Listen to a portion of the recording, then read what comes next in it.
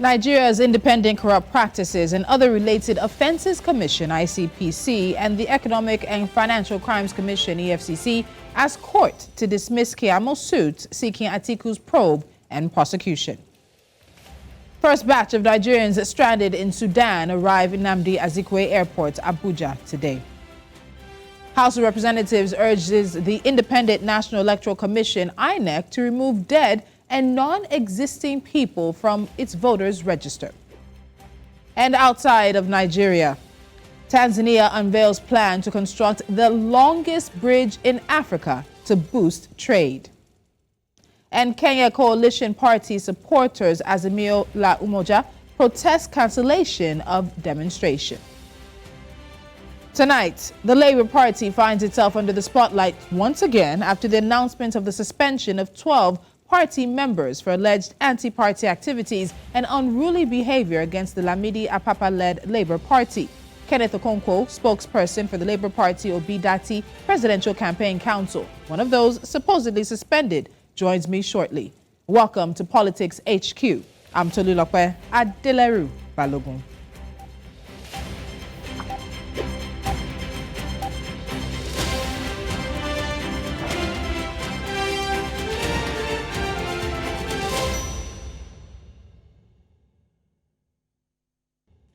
The Labour Party's National Executive Council met on Wednesday in Bauchi, and one of the decisions that has come from that meeting is the announced suspension of 12 of the party's members. The members include the Acting National Publicity Secretary, Obiora Ifo, and 11 others. The party also suspended all the National Working Committee members and State Chairmen and Secretaries that attended the NEC meeting convened by Julius Abure on the 18th of April in Asaba, Delta State, over what it described as contempt of the federal court territory, the federal capital territory, I beg your pardon, high court order that restrained Abure from parading himself as the national chairman of the party. Now, Kenneth Okonkwo, lawyer and spokesperson for the Labour Party's Obi-Datti Presidential Campaign Council, is live with me now to look at suspensions, factions, and the crisis in the Labour Party. Mr. Okonkwo, welcome to Politics HQ. Thank you so much for joining me. Thank you very much for inviting me. Let's start with news of your suspension as well, because you're among the 12 supposedly suspended by this National Executive Council that met in Bauchi yesterday. Do you consider yourself a suspended Labour Party member? Well, you see, I'm sorry to laugh because it's quite amusing. And like I always say, they are political clowns and they make people to laugh. As they were burrowing in Bauchi like rodents that the NLC chairman described them as, because a rodent is maybe like a rat who, when you put fish somewhere, it will be running around to pick it. So they are just burrowing from one hotel to the other, paid for them by their paymasters, who are the ruling party. They are now a department of the ruling party, clearly functioning to distract us from chasing our presidential mandate, which Nigerians gave to us and which we must recover through the courts. So these people, what they are doing is simply a distraction. What? If it's not a distraction, why are they targeting the presidential spokesperson? Simply to distract me from speaking about reclaiming our mandate. Now, how can I be thinking that some group of people who are not members of Labour Party, by the constitution of the Labour Party, will ever have the right to suspend anybody? As they were doing that, I was attending a meeting in the national headquarters of the National Office of Labour Party. As they were doing that in Bauchi. So tell me, who has the right to suspend who? I was with all the state chairmen, all the state secretaries, all the members of the NEC, and we were having a meeting about our party.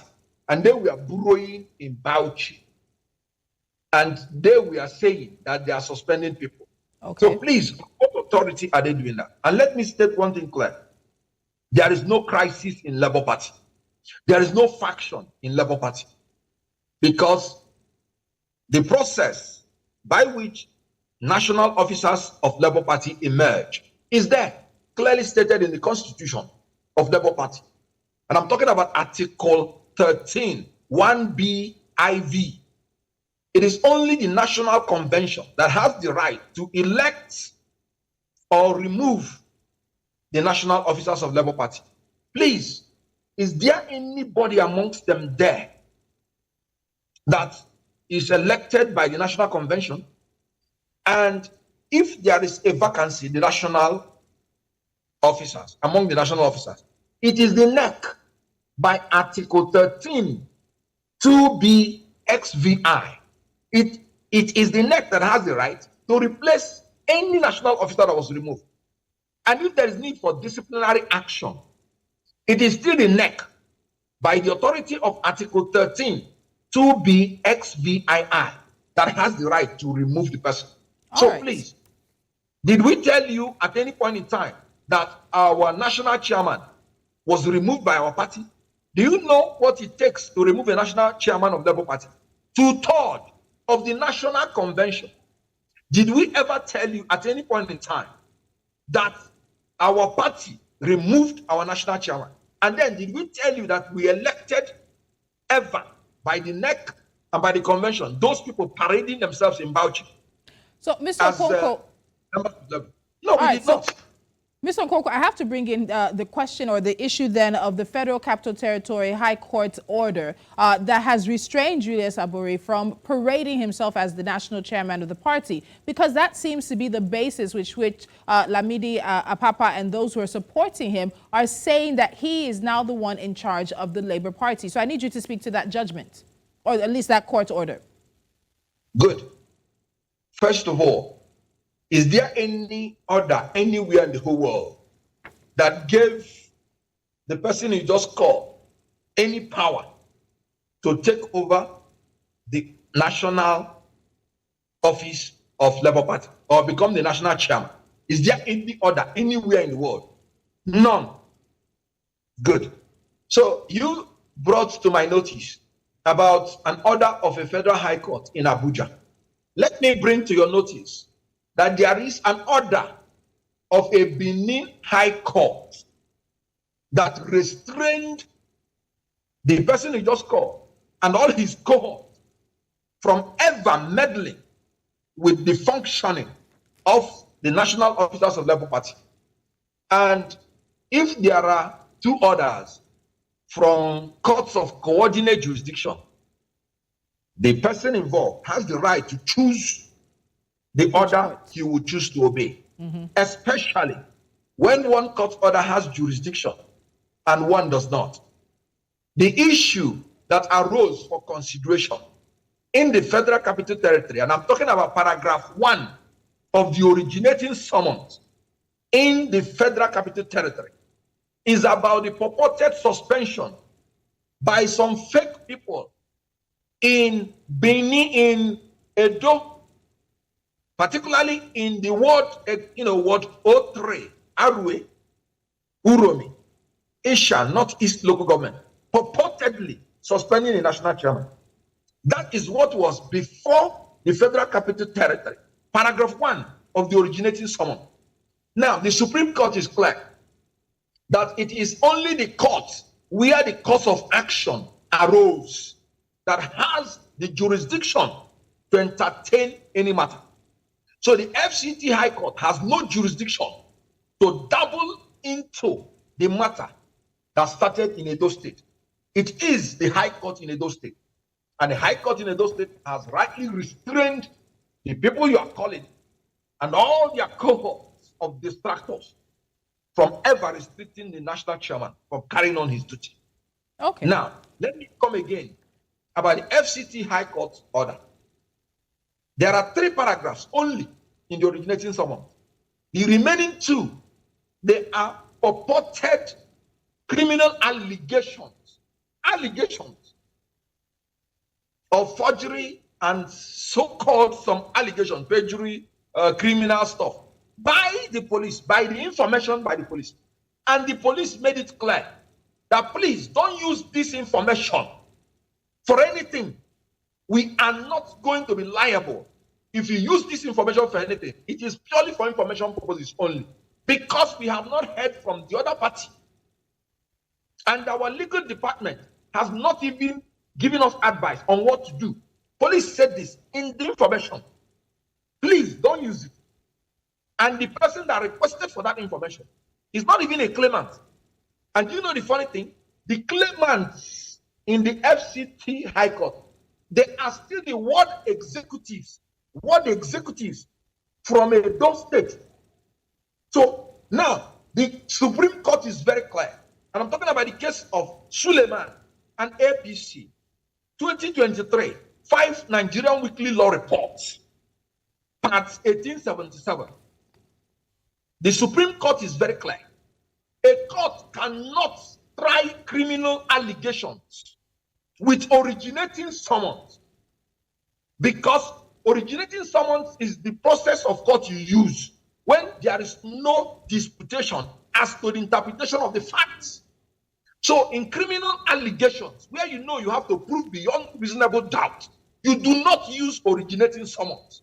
You use writ of summons if it is in a civil court. All right. Now, this court again in FCT, it went again and assumed jurisdiction on an issue commenced by originating summons, which it does not have jurisdiction to do, on main information, which the police say they cannot even use yet because they have not heard from the other party. So the ex parte order is flawed. Meanwhile, by law, you are not supposed to use ex parte order to affect the right of any citizen of Nigeria that you have not heard from. So in section 36, subsection 1, section 36, subsection 4 and 5, the Constitution is very clear.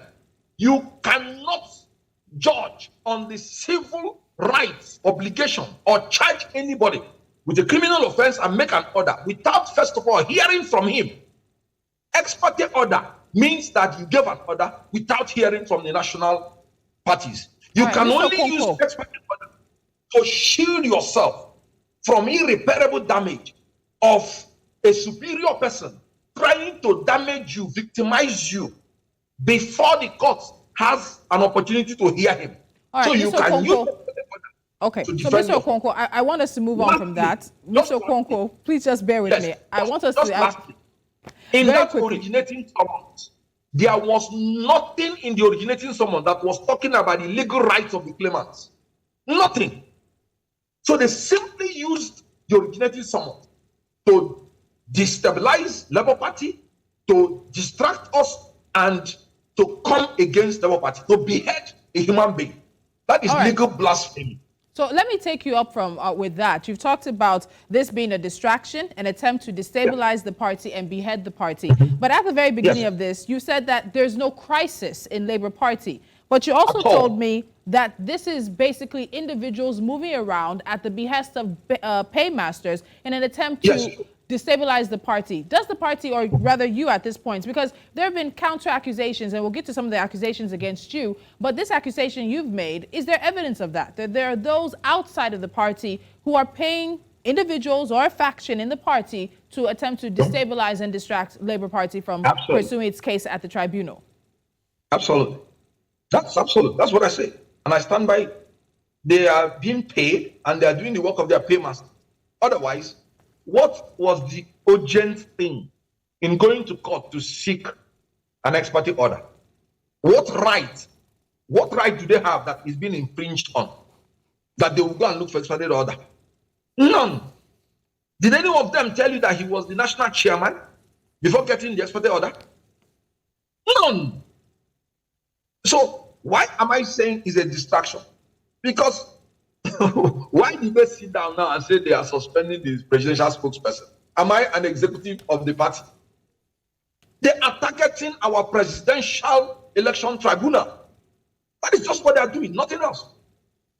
And to destabilize all other cases we have in the sub-regionals, in the House of Representatives, in the Senate, their agents, nothing else. Haven't you seen their pictures raising the hand of gubernatorial candidates of the ruling party in Southwest? Haven't you seen their pictures dining with even the presidential candidate of of the ruling party? They are out there in the internet. Are they not paymasters? That's what they're doing. Nothing else. And they want to use the instrumentality of the judiciary to perfect their perfidy. And they will not succeed because we know better. So if we are to go by the court orders that right now are conflicting, as you said, individuals will have a right when you have two courts of competent and coexisting jurisdiction, concurrent jurisdiction that have made what it is now conflicting orders. We have to also look at what that party or that particular faction within the party is saying. Now, they've accused you of anti-party activity and unruly behavior towards Lamidi Apapa. How do you respond to these allegations? Again, as I said, there have been accusations and allegations flying from both sides of the party at this point in time, but directly to the allegations made against you and announced by the meeting or the NEC that sat in Bauchi State. Well, you just made a general statement. Please, can you give me the specific of the allegation? Well, we looked at the communique and it just simply says that it is anti-party behavior, unruly activity as well. So I'm asking to see if you have any idea where that may be coming from. I don't have any idea. Anti-party, I campaigned for all the Labour Party candidates from the presidential to the House of Assembly. And they, the ones purporting anti-party activities, openly endorsed, openly campaigned for the candidates of other parties. In Ogun State, they frustrated us from even having a gubernatorial candidate. In Lagos State, they frustrated us from having the National Assembly candidates. The same thing in a lot of states around Nigeria. I won my polling unit. I won my ward. I won my local government. I won my state. I won the presidential election in my state. Let them come out and say the same. The people that are purporting to be officers of Labour Party, they lost their polling units and they're opening their mouth. They're opening their mouths to talk about suspension. They are not ashamed. The NLC president called them rodents. Rodents are people that go to steal things and take things that are given to them, droplets, to survive. Now, my principal said the act is act of rascality. Can you imagine that old man at his age claiming to be a national chairman of a political party and he has not met the presidential candidate of the political party? He has not met him. And we just finished our presidential election. Can you imagine Atiku coming out to tell you that he has never met an IU? Can you imagine Bola Tinubu coming out to tell you he has never met Senator Ademu, the national chairman of his party? And you're still taking such people serious. For crying out loud, I still maintain that they are political clowns. I don't know them. They don't know me. And my principal doesn't know them. They don't know him. So why should somebody refer to such a person as having anything to do with Labour Party? Is that not an insult? I want to, you brought up your principal now, and that was one of the questions I was going to ask you about Mr. Obi's stance on the issues happening in the party, because you did reference, of course, the meeting that was held in Asaba, Delta State, April 18th. That seemed to have the National Working Committee members, the state chairmen, the secretaries. They were all present there, as well as Mr. Obi, party trustees, the NLC, the TUC also being present. And we've seen that the Bauchi NEC, let's be using locations for clarity, the Bauchi NEC has moved to suspend these individuals as well because they were present at that meeting. So coming to Mr. Obi now, you say he's used the word rascality to describe this situation. In terms of his stance, you're telling us right now that he's fully behind the Julius Abure-led Labour Party. Beyond that, what is his stance in helping to finalize or to finish and sort out this particular leadership crisis or leadership challenge that's affecting the party? All right. First of all, by Article 13(2)(a), the composition of the NEC includes all the chairmen, all the secretaries of the states, all the members of the National Working Committee, and elected officials, and everybody. Now, 1/3 of the members of NEC is what you need before you form a quorum to do anything. And some people are in Bauchi broing in some hotels and purporting that they are doing NEC meeting. I only saw the face of the old man. I only saw his face on television as people purporting to do NEC meeting. And when, like you rightly pointed out, in the Asaba NEC, the genuine NEC, you could see that all members of NEC were present. And so they passed legitimate resolution, filled up the vacancies, expelled them, as in disciplinary action against them, removed them from office. All those people playing anti-party activities, they were removed officially from Labour Party. And Peter Obi made it clear that he stands by Julius Abure. He's made it very clear, unequivocally. And he has declared in an interview that he does not know and that the old man has never met him. And you can imagine the irony. It is mind-boggling. If they are not political clowns, help me. Give me a better word. I think you're a man of many words, and I'm very sure you'll find the words for that yourself. Now, Mr. Okonkwo, I'm going to want us to go on a break right now because there are some more things we need to look at. If you're saying that this is not a crisis, we have to look at the confusion that it presents to regular party members and also presents to Nigerians as well when you have someone claiming to be the chairman, somebody else and others having a neck. You have two subsisting necks in the past 2 weeks. You have two chairmen as well, but it does seem that there are different people on both ends of the divide. And then we'll also look at issues concerning the leaked audio. You've spoken about that, and we finally heard from Peter Obi himself over the weekend in an interview, and I'd like to get your thoughts on one or two things concerning that. So, Mr. Okonkwo, please hold on. We're going to take a quick break. When we come back, we'll get further into the situation in the Labour Party, particularly the internal crisis and challenges the party is facing. Can it survive in this present version of itself? Stick around. Nigeria's Labour Party has been around for decades, but the 2023 presidential campaign saw the party receive new life, with Peter Obi joining the party to run for president of Nigeria. The party won the Abia State governorship election in several seats in the National Assembly, which have provided that the party has renewed strength and importance on the national stage. But now, with what seems to be infighting rather than fighting opposition political parties, the Labour Party seems to be fighting itself, making more headlines for its internal party wranglings than anything else. And now a raft of supposed suspensions of key party members has the Labour Party under the spotlight again, with many asking, can it move beyond this? My guest is Kenneth Okonkwo, lawyer and spokesperson for the Labour Party Obi-Datti Presidential Campaign Council.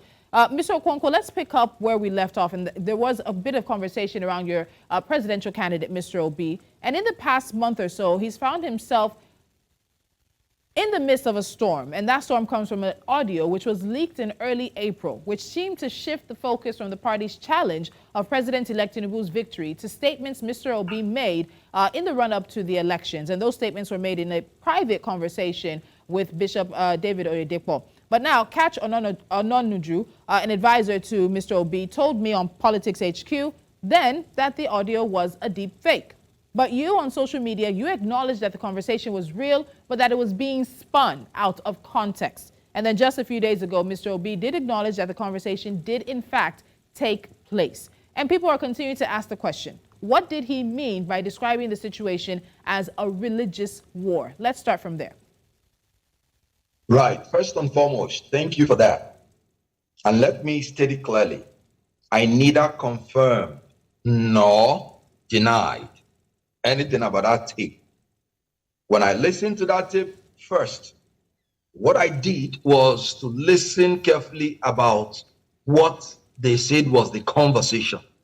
And after listening to the conversation, I came to the inevitable conclusion that there was nothing in that tape that will warrant my confirming or denying. And if you read my tweet, I describe the people who released that tape as political criminals who were trying to spin the tape as if it's a religious statement. There was no religious statement in that tape.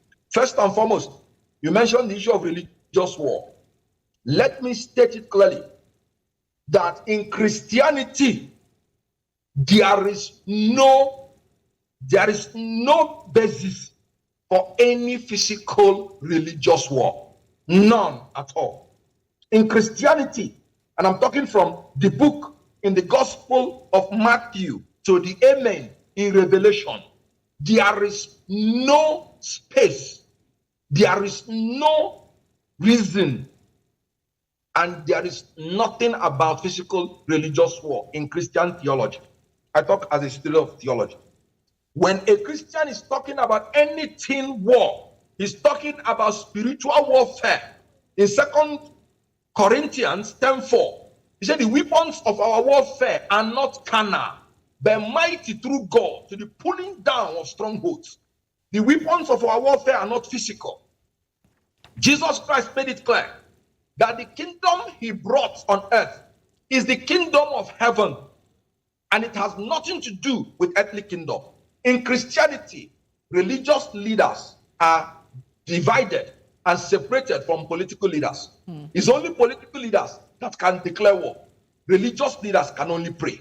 So when a Christian is saying religious war, he's simply asking for prayers, because he is telling you we are in spiritual warfare.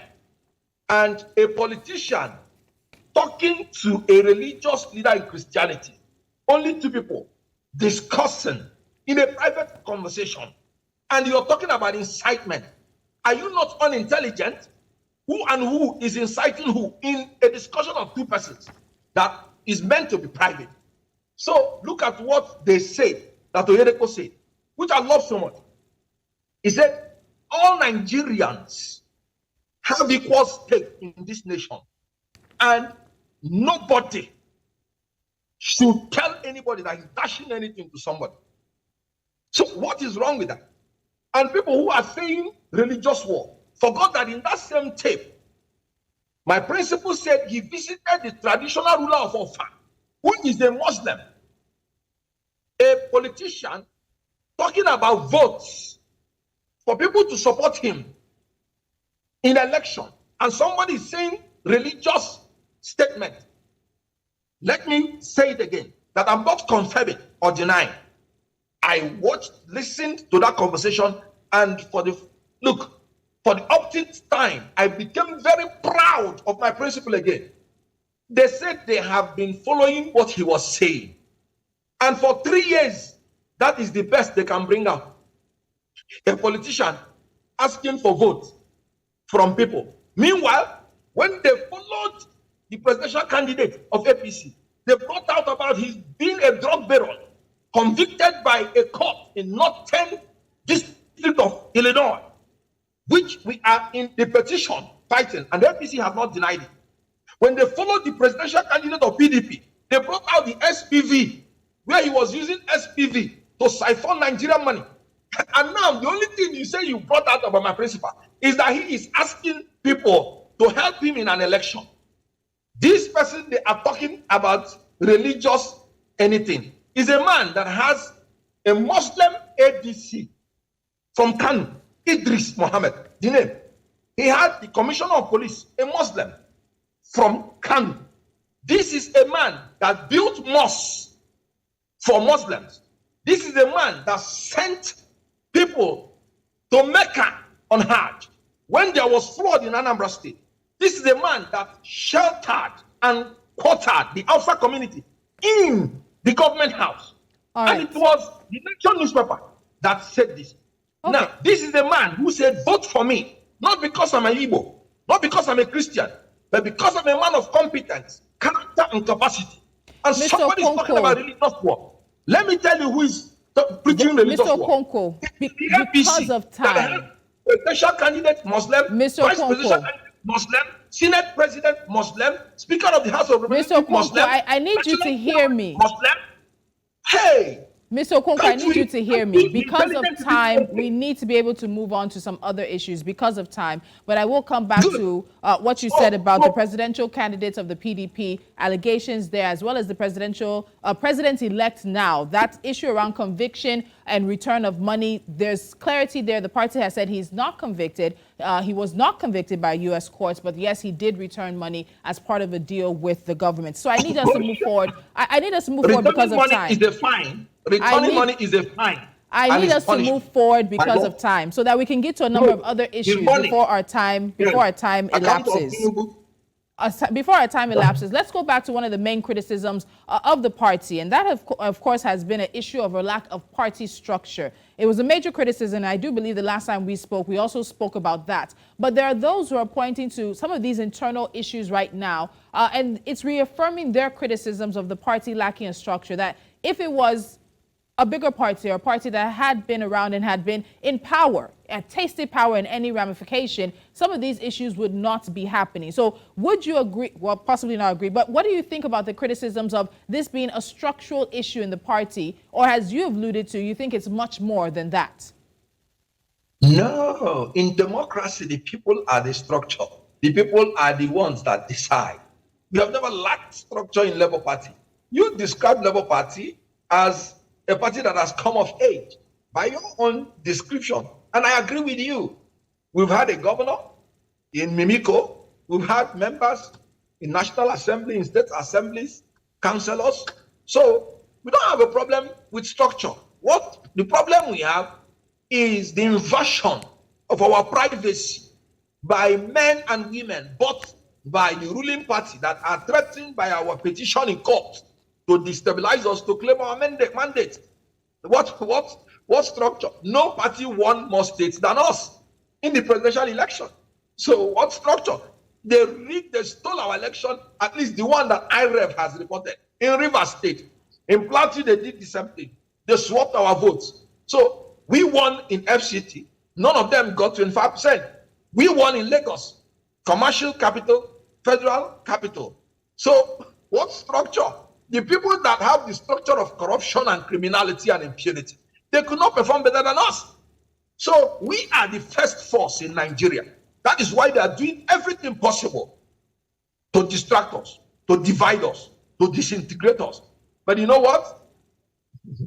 We are getting stronger and stronger by the day. We don't have a problem of structure. And we are going to be victorious at the end by the grace of God. Okay, a prediction there. So another issue that we spoke about before was the gathering that came about Labour Party when Peter Obi joined the party. And there has been conversation about the party then turning into, as you mentioned earlier, SPV, a special purpose vehicle, a situation where it was more about unseating the ruling party than anything else. And you yourself were a member of the APC before you left them and then joined the Labour Party, I think a few short weeks later. But given out how the power situation and the power struggle situation has been playing out in the Labour Party, do you think the party can move beyond this? And what do you say to Nigerians who are watching all of this play out and who are saying there's a chairman here in Bauchi, there's a chairman who sat in Asaba and Delta State. There's a lot of confusion as to what exactly the Labour Party is now doing beyond the courts, the tribunal, waiting for the tribunal to sit on Monday, and then, of course, being able to move past this? Well, the only thing I'm going to tell people is that there is nothing to move past. Because like I said, there is no crisis, there is no faction. So we are getting stronger and stronger by the day. Why are they interested in us if we're not getting stronger? Have you ever seen anybody casting a stone on a tree that has no fruits? It's because we have fruits. Nyafo, nyafo. That is why they want to cast stone on us. So the only thing I'm going to tell Nigerian people, especially the obedient, is that we are moving on. Nothing is going to stop this move for a new Nigeria. A Nigeria where the youths will get employment. A Nigeria where the green passport will be respected. A Nigeria where every citizen of Nigeria in any troubled country will be adequately evacuated before the calamity befalls him. A Nigeria free from religious and ethnic bigotry. a Nigeria free from the old order of corruption, of criminality, of impunity, which APC has become a symbol of. APC has failed in everything. Even in the census, they say they would do, they failed. 518 persons died in Zango Kataf local government within 6 years. APC has not removed oil subsidy that they promised from 2015. Is there anything APC has not failed on? 22 point something trillion naira that they borrowed illegally by the words of Senate President, who is putting a stamp to that illegality. APC is a scourge on this country. It's an affliction. Let's pull back from this. And may it not again the second time. All right, let's pull back from that a bit. Let's calm things down a little bit, Mr. Okonkwo. I want us to look at the coming week, and this week is going to be very important, particularly Monday, where we expect the Presidential Election Petition Tribunal to finally sit. Now, it's going to be sitting with just around 3 or so weeks to the handing over. There's been a lot of conversation. There are those who are asking that this tribunal be televised so that Nigerians can see transparency in the process and have more faith in the system. What do you think about those calls for transparency and the televising of the tribunal? It is not only desirable, it is also constitutional, because the Constitution said that our courts should sit in public. So they should not deny the Nigerian people and international community their right to watch live what is happening. In Kenya, I was in my room and watched what was going on in the presidential election. And being a lawyer, immediately I heard the intro and where they were going. I knew where the case was going to go. Everybody saw it. In the United States, President Trump was indicted, a president of America, and it was seen by everybody. When he was going in, it was broadcasted live. Why wouldn't we do live broadcast? We should do it. It is desirable, and in my own opinion, it is constitutional. Then the next thing is that there should be an urgent amendment of the Constitution. If the Supreme Court can assume jurisdiction, original jurisdiction, for the Naira redesign, because they say it's affecting Nigerians, then the Supreme Court should assume original jurisdiction in the issue of the Presidential Election Tribunal, so that from henceforth, we will be able to conclude it before swearing in anybody as president. So the Supreme Court, it should be amended, should immediately assume original jurisdiction, because electing the president is the most important thing in the country, because the president is carrying the dignity, carrying the prosperity of the nation on his back. So the Supreme Court, being a policy court, should from henceforth assume original jurisdiction to try the issues emanating from Presidential Election Tribunal and give final judgment. That's the way it's done in Kenya and in other countries, so that we don't have this issue about swearing in somebody unconstitutionally only for the courts to begin to fight with the executive then on how to deliver justice.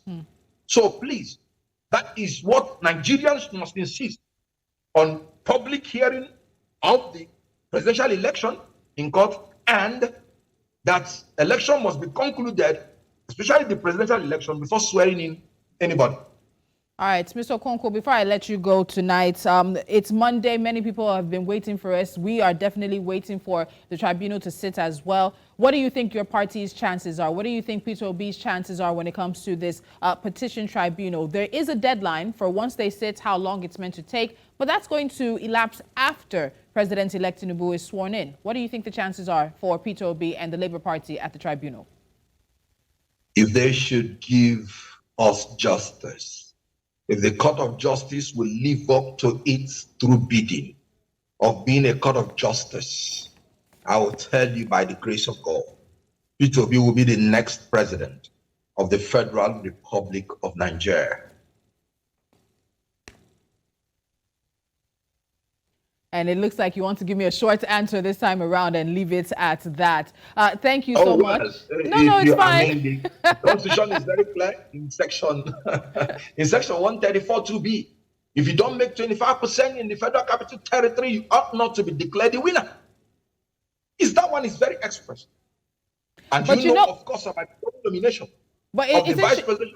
It's interesting you bring this up because we've had the conversation with lawyers around treating the FCT as a state, giving it this priority position, which becomes not an and/or thing, but a definitive 25% and with the FCT 25% as well. So it's going to be interesting to see if we can lay this to rest with the tribunal and possibly with a further final judgment at the Supreme Court, most possibly. Mr. Kenneth Okonkwo, I have to let you go because of time, but I do appreciate the time that you spent with us this evening on Politics HQ. Thank you so much. Thank you. God bless you.